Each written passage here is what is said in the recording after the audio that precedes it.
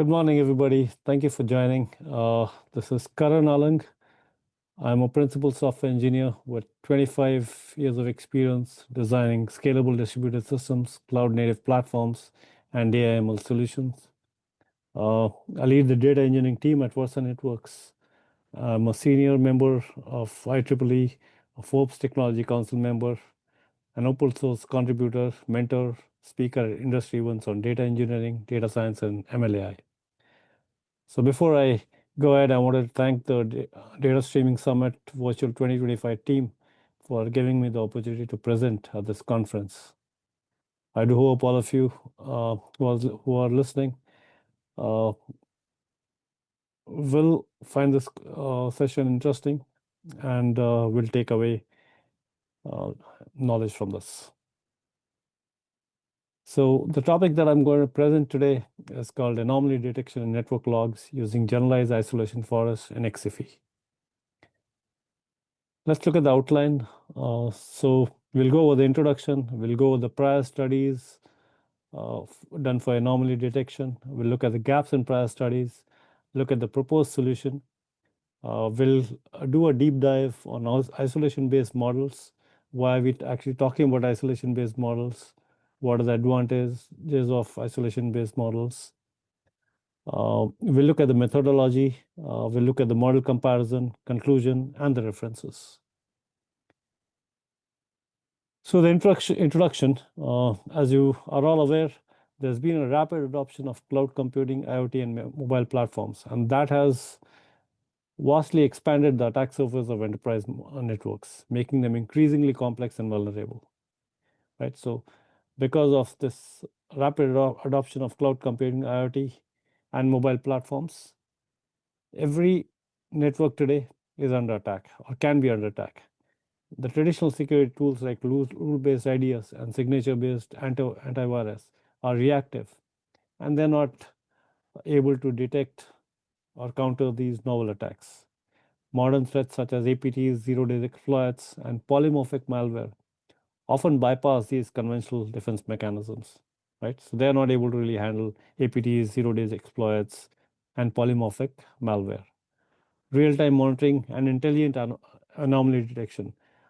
These are what is required in today's world to be able to handle these increasingly complex cyber attacks. So let's look at the prior studies. There have been quite a few of them. Most of them are using advanced machine learning models like deep learning, ensemble learning, isolation forest, and others. Many of them use explainable AI techniques as well. Let's look at some of them that we have looked at and see how they fared, what are the advantages and disadvantages of these prior studies, right? So this particular chart gives you some of the studies that we have looked at. We'll talk about the technique names, the advantages and the disadvantages, since we are strapped for time. So the first one that we looked at was by Hoshmund et al. In 2024. The technique name was ensemble learning plus XCI using SHAP and Lime. The advantage being high robustness to noise, good detection performance. Disadvantage being high computational complexity, limited scalability for real time. The next one that we looked at was Gumadi et al. 2024 XCI IoT framework.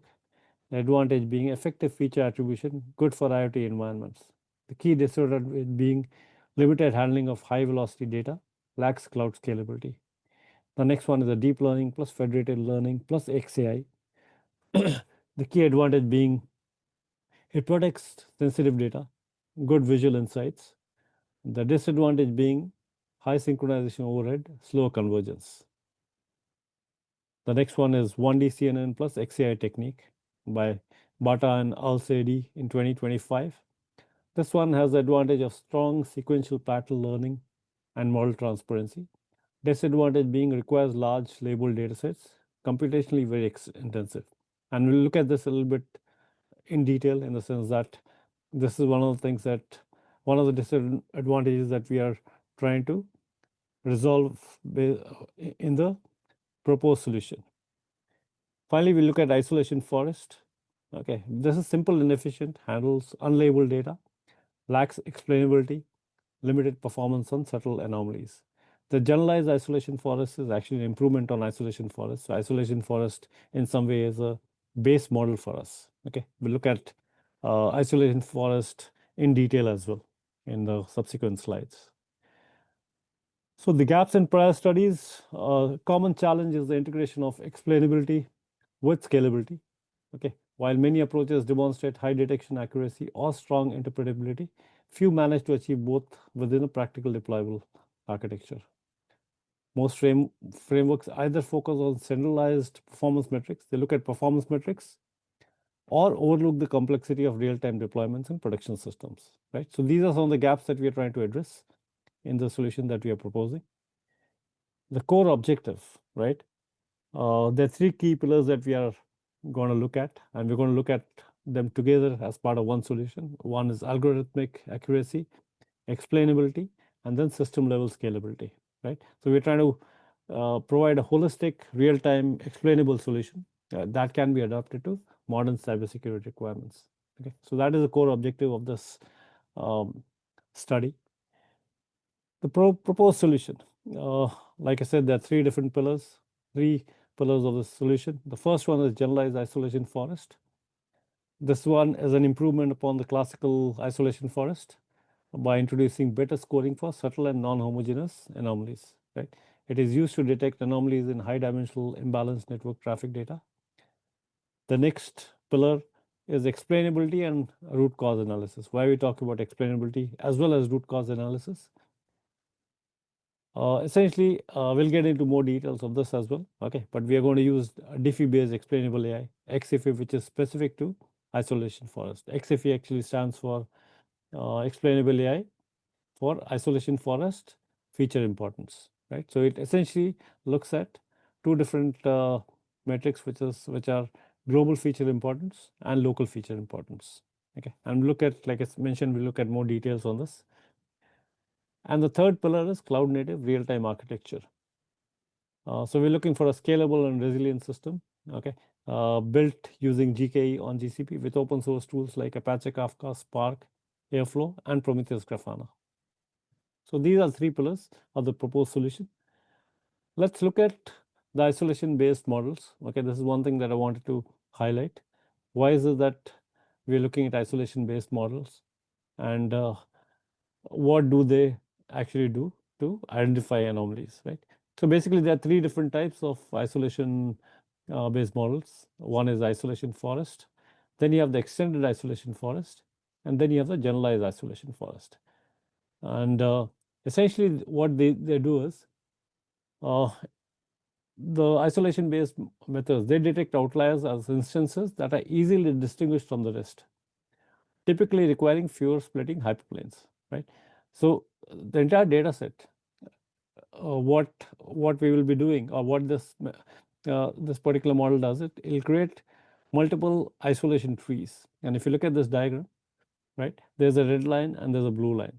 Now the red line is the one which highlights the anomalies. The blue one is the one which is the normal data or nominal data, right? Why is the red line tagged as anomaly? Primarily because the leaf node is a lot closer to the root node as compared to for a nominal or normal data where the leaf node is much further off. Okay, and why is it that these are tagged as anomalies? Primarily because when we use isolation-based models, okay, the data points are isolated a lot faster when they're anomalies, right? So all the normal or nominal data points are close together. Okay, the anomalies are separated out. Okay, they are further away.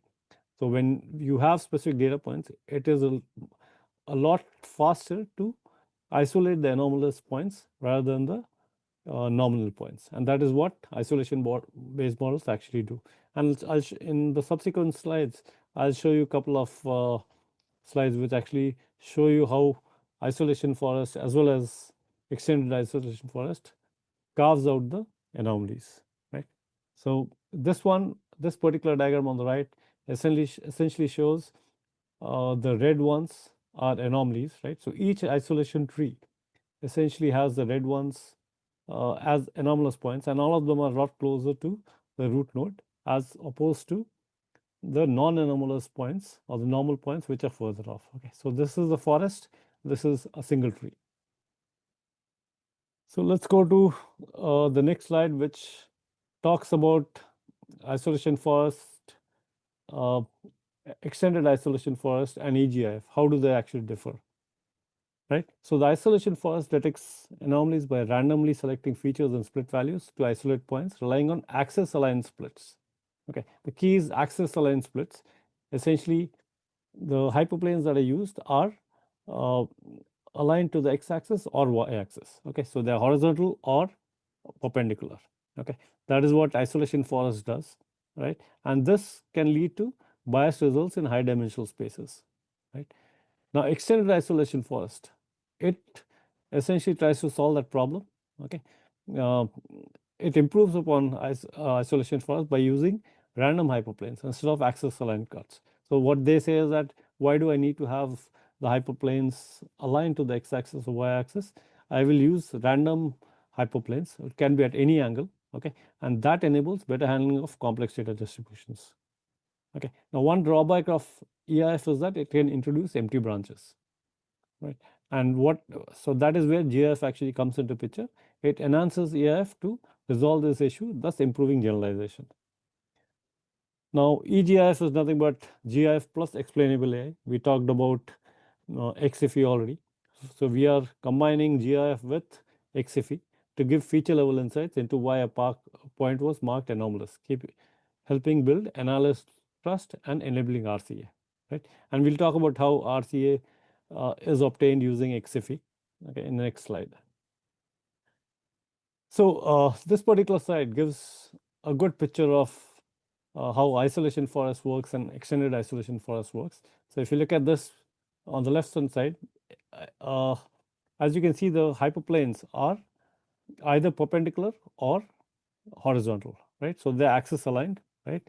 And if you look at x0, that is an anomalous point. And as you can see, it takes just two hyperplanes to isolate these. Okay, so the root node will have, or the leaf node will have this particular x0 in just two splits. Okay, and that's why it is tagged as anomalous.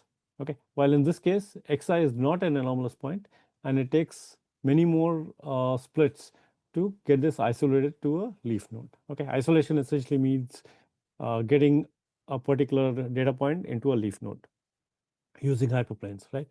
This is extended isolation forest. Okay, as you can see, this one is not using axis aligned splits. The splits are, or the hyperplanes are at an angle, right? And therefore, if you look at this red one on the right, this is an anomalous point, and it takes just two hyperplanes to isolate this particular point. It is an anomalous, as you can see, it is an anomaly, while this is a nominal or normal point, and this one takes close to 9 splits. Okay, but the key thing to note is these hyperplanes are not axis aligned, they are randomly generated at any angle. Okay, so that's the difference between isolation forest and extended isolation forest. Let's go to the next slide. It highlights the difference between EIF and GIF. As you can see over here, this is using a sampling area, and this is a hyperplane, right? And on the right hand side, there's no data, right? So this is essentially causing a leaf node to have no data, and that is bad for the performance of the model, as well as in terms of more resources being consumed to resolve this kind of a situation, right? GIS solves this particular problem. It uses a sampled unit normal vector, and as you can see, you don't have the problem of no data in a leaf node in this case. Okay, so that is the difference between extended isolation forest and generalized isolation forest. Let's go to the next slide. We talked about ExIFFI. Okay, we talked about global feature importance and local feature importance. So what are these two?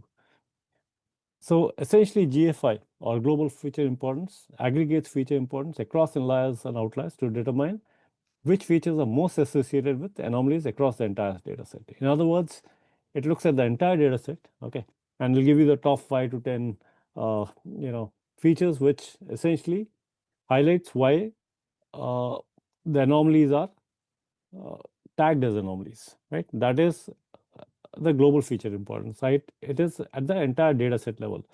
So if you have GFI, why do we need local feature importance? It is for a specific data point, right? EGF computes a feature level breakdown showing which features cause it to be flagged, helping analyst point level forensics. In other words, it looks at each data point, okay, and tries to figure out as to why that data point has been tagged as anomalous or not, right? So at each data point, it'll give you the top 5 features, for example, and say, okay, this is the reason why this particular data point has been tagged as an anomaly. And that helps in the RCA, root cause analysis, right? It helps build confidence in the model, essentially. And not just that, it also helps in compliance, right? There are many, you know, compliance related issues that it helps with, right? For example, GDPR requires explainability, HIPAA requires explainability. Similarly, NIST requires explainability. So let's look at the taxonomy of the proposed model. So this is fairly standard. The one difference between this taxonomy and a standard, machine learning taxonomy is that in isolation forest, the entire data is never used to create a isolation tree. So we use sampling to create an isolation tree, okay, and that helps in arriving at the anomalous points a lot faster, okay, and that is what this taxonomy actually highlights. So if you look at the training data set, you have 25% sampling, and then you have data cleansing, preparation, feature generation, processing pipeline, model generation to create the isolation forest model, right? On the training side, again, there's 10% sampling. Then you have data cleansing, preparation, feature generation, processing pipeline, and you're applying the isolation forest model to essentially test out the model, the efficiency of the model, right? So that is what the taxonomy of the isolation forest specifies. Let's go on to the next slide. In terms of methodology, right? The core model, the generalized isolation forest, was trained in Python using the scikit-learn and NumPy libraries, right? The explainability module, ExIFFI, was integrated for lightweight feature importance extraction. Model training and inference were done on GK, which is essentially Kubernetes on GCP. Workflow automation was done on Google Composer, Manage Airflow, and Prometheus Grafana were used for monitoring system metrics. For testing the model performance, the data set that we used was UNSW NB15, which is essentially network data, right? Comprising normal and malicious behavior. Let's look at the data set in a little bit more detail. So this gives you all the features in the data set. Okay, it has 49 different features. Essentially, it has features like source IP address, destination IP address, destination port number, and if you look at the 49th feature, it is essentially a label which is 0, which basically says that if it is a normal point, it is marked as 0, and for attack records, it is marked as 1. Okay, so it is a fairly extensive data set, 49 different features, and represents the network logs, right? A few more details about the data set. So as you can see here, I'll just read it out. It has 9 families of attacks, namely fuzzers, analysis, backdoors, DOS, exploits, generic, and so on and so forth. 49 different features, and it has a total number of records, which is 2 million. Okay, so it's a fairly extensive, well-known data set used for anomaly detection. Okay, anomaly detection training, essentially, right? Let's look at the model metrics, the model evaluation metrics, right? So these are the metrics that we essentially looked at to compare our proposed model against the other models. So we looked at accuracy, which is nothing but proportion of total predictions that are correct. So we are put in the calculations, but we don't need to focus on that. If people are more mathematically inclined, they can look at that. But primarily, let's look at the specific metrics. So precision is how many predicted anomalies were actually anomalies. Recall, how many actually anomalies were correctly predicted. F1 score, which is a combination of precision and recall. Then you have the mean absolute error, which is the average absolute difference between actual and predicted values. And then you have the execution time, time taken to train and evaluate the model, right? Which is measured in seconds or milliseconds, right? So these are the key model evaluation metrics that we used. Let's look at how the model actually fared against some of the other models that we looked at. EGIF proposed the accuracy is 96.7, precision is 95.4, recall is 94.8, F1 score is 95.1, mean absolute error is 0.034, execution time is 2.1, and explainability is, we have explainability, we talked about ExIFFI all, okay? So some of the other models, for example, if you look at classical isolation forest, that did not do as well as EGIF, okay? The execution time is is slightly lower, but otherwise, EGIF did much better. 1D CNN is an interesting one. It performed almost as well as good as EGIF, okay? The one place where it actually did not do well was the execution time. It is a much more heavier and computationally intensive uh, model, and it took 12.4 seconds, whereas EGF took 2.1 seconds. Ensemble XAI also did fairly well, right? Again, not as good as EGF, the proposed model.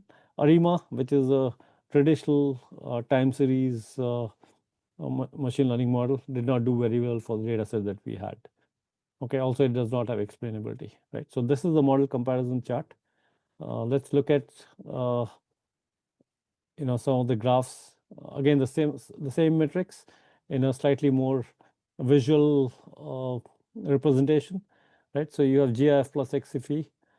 The precision is the highest, very close to 1D CNN and Ensemble XAI.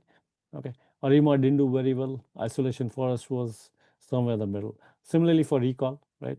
1D CNN, Ensemble XAI did fairly well, though GIF plus ExIFFI was a little bit higher.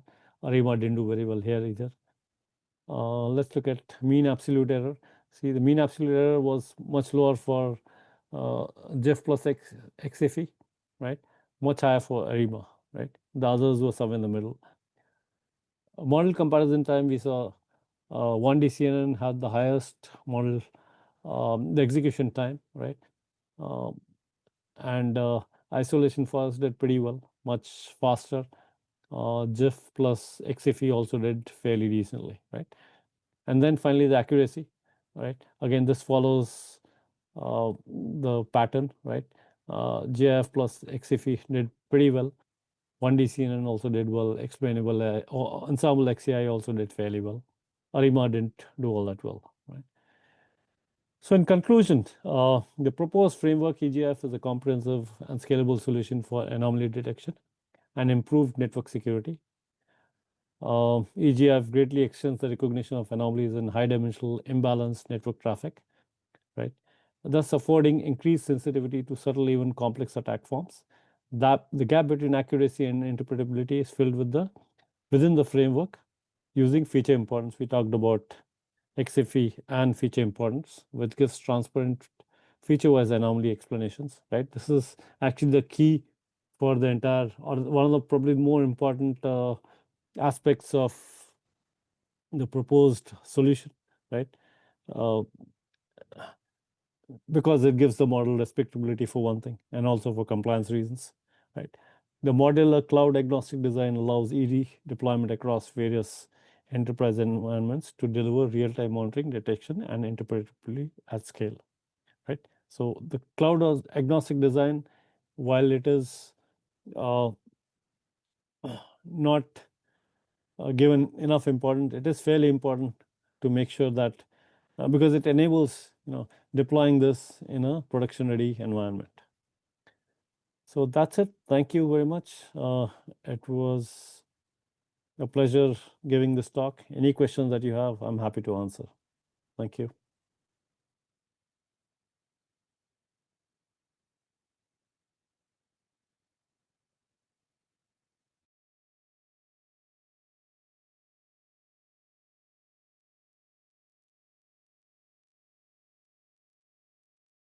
Hey, Karan, can you hear me? You're still muted, so if you can. I can hear you. Yeah, thank you. Perfect. Yeah. So if anybody has any questions, feel free to drop them in the Q&A. I see Peter just dropped one in. It says the thing about cyber attacks is that the attack vectors keep changing. Is there a way to train the system in real time as opposed to based on a batch data set? Are you looking at real-time adaptability by identifying suspect behavior that doesn't exactly match a known attack vector but smells wrong? It's known good traffic, known bad traffic, and iffy traffic. Sorry, could you repeat? Is that a question on the chat or It's on the Q and if you open up your Q&A window, I was just repeating it for the Q&A window? Where do I see the Q&A window? at the bottom, there was that enter webinar button at the right. Do you see the Q&A box?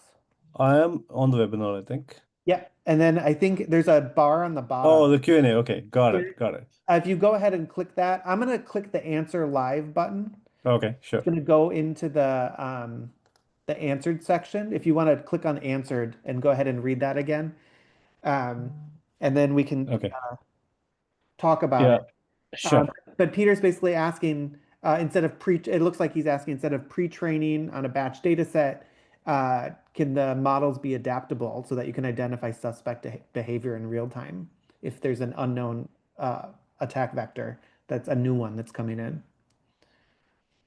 Yeah, good question. Thank you, Peter, for the question. And do you want me to type the answer here, or do you want me No, to? no, no, no need to type it. Go ahead and just Okay. here in the video is fine. Perfect, perfect. Yeah, thank you. Very good question. The attack vectors keep changing, and that is the whole problem with cybersecurity today, right? You could have one type of attack today, and tomorrow things can change, right? In terms of so and how do you actually solve this problem? Again, this is one way of solving the problem, or in terms of looking at anomalies. Okay, but when you're talking about attack vectors, there are other ways of solving the same problem, right? You are essentially constantly, and this might not be the right solution for. This is looking at anomalies per se, right? But in terms of the different types of attacks that come in on the network, right? You are constantly looking at you have other solutions like uh, threat protection, for example, right? You're always looking at different scenarios, or trying to look at the different packets that keep coming and trying to understand, or try to flag whether that might be a might be a candidate for attack rather than a non-anomalous kind of this thing. Okay, but here you're right. We are trying to train the data set initially, right? And that training happens in our case. We are doing the training every 5 days, right? So that essentially does mean that if you don't have that kind of data set, which is uh, there's a possibility that might get missed out. Okay, but yeah, there are other ways of solving this particular problem that Peter actually addresses. I was going to say the problem you're addressing Yeah, is you have to check everything very, very quickly to check if it's a known attack vector, right? right, And right, you have to right. do every single thing very, very fast. But things like what Peter's bringing up might use other methods that Yes, require maybe more resources, and it might take more time to find them. yes. So you might be in a different regime basically of where you're working in the machine learning space So when you're we do have, you're right, streamlining. you're right. So we do have other products as well with the company that we work in. For example, there's a MITRE attack framework that pretty much describes a lot of the different attacks that a network can actually go through. There are other solutions where you are actually looking at file-based systems, right, and trying to figure out whether a particular file that comes into the system, or a particular method is actually anomalous or not. Okay, so there are different ways of doing this. This is one way of essentially trying to look at the entire data set and saying, okay, the anomalous point is actually far away from the nominal points. Okay, so this is Mm. one solution. But very good question. Yes, that is something which is even more critical, or rather, which is more difficult to contain, because the attack vectors keep changing every now and then. Yeah. Yeah. And you need to basically use all the different approaches Yeah. simultaneously. This Yes. is Yes. one approach that is, Yes. Exactly. but it's not designed to be the catch-all, obviously. There's many approaches and they all get used. They all get used, and that's the key to cybersecurity. You cannot have because, like Peter mentioned, it is ever changing. The attack vectors keep changing every now and then. It could be one today, and it could be a different way of attacking the network, tomorrow, and that keeps changing. And therefore, you have to use all of them in conjunction, right, to essentially make sure the networks are secure. Yeah. And then Peter did put in the webinar chat for everyone to see that he has full disclosure. He does work at Startree, which is another anomaly detection. They have another anomaly detection package. So that's why he's Perfect. asking more detailed questions. But in the Q&A, he Perfect. did drop another one. Is there a way to drop in a fingerprint of an attack vector? And how do you retrain the model? Oh, let me look at that. Okay. I moved it over to the answered one because I think Okay. everyone can see them once they go on the answered one. Okay. Okay. Oh, I guess it is possible to essentially drop in the fingerprint of the attack model. I mean, I think some of these questions are also very pertinent to the micro attack framework. Okay, because that essentially tells you, for a particular type of attack, what are the things that can actually happen. Okay, and that is essentially the fingerprint of the attack vector. So that might be a different pa- paradigm, I would say. Okay, not necessarily the anomaly detection, but more about attacks, the attack vectors per se. So might attack might be a more pertinent, you know, solution for this kind of a problem, I would think. Yeah. I hope that answers the question. If it didn't, I'm sure Peter will reach out to you.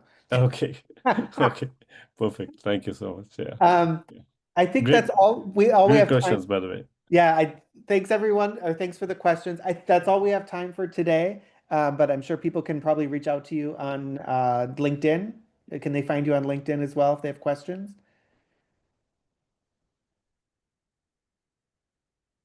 I think we lost your audio. Okay. I'm still, Oh, you're here. You're here. yeah. I'm just going to type, respond to Peter. Okay, in the So that chat. in the chat, yeah, Yep. because he is on the chat. So, and Make sure he sticks around to get what you're. yeah, yeah. No, I just There. want to thank him for the questions. Yep. Great questions. Thank you so much. Yeah. All right. Thank you, Karen, for the talk and Thank you, coming Darshan. for the live Q&A. Yeah. Thank you. Okay. Thank you. Thanks. Thank you. Bye-bye. Bye.